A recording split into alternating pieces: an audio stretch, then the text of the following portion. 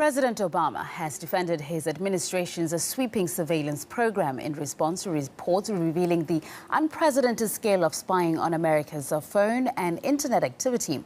The U.S. leader said the encroachment on people's privacy was modest and necessary for the country's security. His remarks, however, led to some Congress members accusing him of betraying the values he once advocated. Anastasia Churkina reports from the U.S. In a massive leak on the extent of surveillance on hundreds of millions of people, dubbed breathtaking by civil rights groups and outraged Americans, more revelations on what exactly U.S. officials have been popping into the light.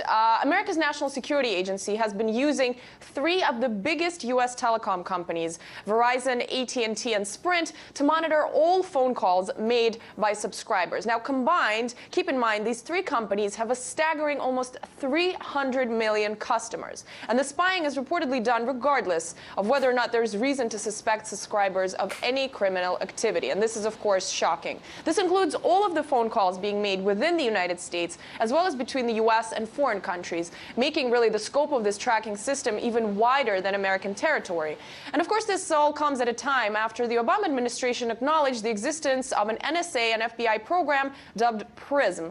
In a nutshell, this program, what it entails is 9 major internet companies that include Google, Facebook, Yahoo, Microsoft, Skype, YouTube, Apple, AOL, and Paltalk have been used by U.S. officials to monitor photos, videos, emails, and audio, and all other sorts of information, tracking a really sweeping scope of individuals' online activity. And the NSA is, of course, traditionally understood to gather foreign intelligence. So the tracking of hundreds of millions of Americans' online accounts on U.S. territory through American companies is certainly a huge revelation, to put it mildly. But because of the popularity of these web companies such as Google and Facebook, for instance, it's absolutely obvious that communication spied upon does not just include Americans, and overall just staggering, all-consuming monitoring of personal data that is a major eye-opening example of what Obama's administration has been up to. We have heard comments from Europe, namely Germany, for example, about the need to clarify the scope of this U.S. program.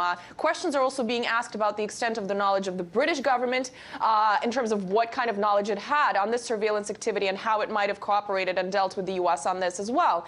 And it's important to note that online freedom fighting group Anonymous has leaked a total of 13 documents. Curiously, one of them, the U.S. Department of Defense so-called strategic vision for controlling the internet, and on an intelligence sharing network which shares data with partners around the world. And Obama's comments on this major scandal have also been pretty curious. Basically, the U.S. president, in a nutshell, says that absolute security cannot walk hand in hand with privacy and lack of inconvenience. And, putting aside the claim of, quote, absolute security in the U.S., certainly something that has reason to be widely questioned, this seems to be a statement completely opposing a belief voiced by founding father Benjamin Franklin, that those willing to give up liberty for some safety don't deserve either one. But apparently the roots of the American history that the country prides itself in now irrelevant, as Obama's administration tries to wash off the amount of dirt released under a leader who swore by transparency, as well as presented U.S. practices of democracy to the rest of the world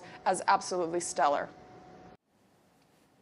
Well, this is not the first time the National Security Agency has come under fire for methods infringing people's rights. We spoke to William Beanie, who worked for the agency for 30 years and helped expose some of its practices. He told us that the sweeping nature of the program can, in fact, make ensuring security more difficult. It's a direct violation of the Constitution. It always has been. That's why I left NSA in 2001. They started to do this. In fact, it adds more of a problem, because what that means, quite simply, is if you go into a larger database, you get more data back no matter what the query is. It's like making a query with Google. If you go in with a Google query, you can get tens of thousands or hundreds of thousands or even 1 million returns. Well, there's no way you can go through that, all of that, to see what you're really interested in. So what that does is it complicates it in that way, makes them really less proficient at doing their jobs. Well, all of that's being borne by the taxpayer. Now, the U.S. government is likely to open a criminal investigation into the leak that revealed the scope of the surveillance operation to British and American newspapers.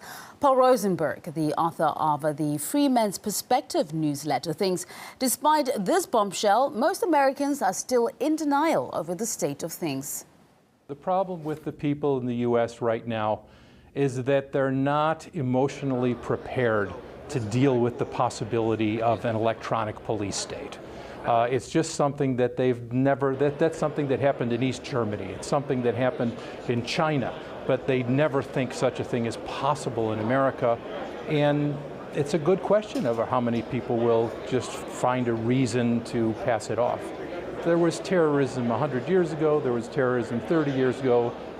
These organizations spent billions before 9/11, they spent billions before the 7/7 bombings, they spent additional billions before the Boston bombings, and they occurred just the same. There's going to be terrorism 100 years from now too. So it's a fallacious trade to say, oh, give us all of your privacy and we'll give you security. They haven't done it and they can't.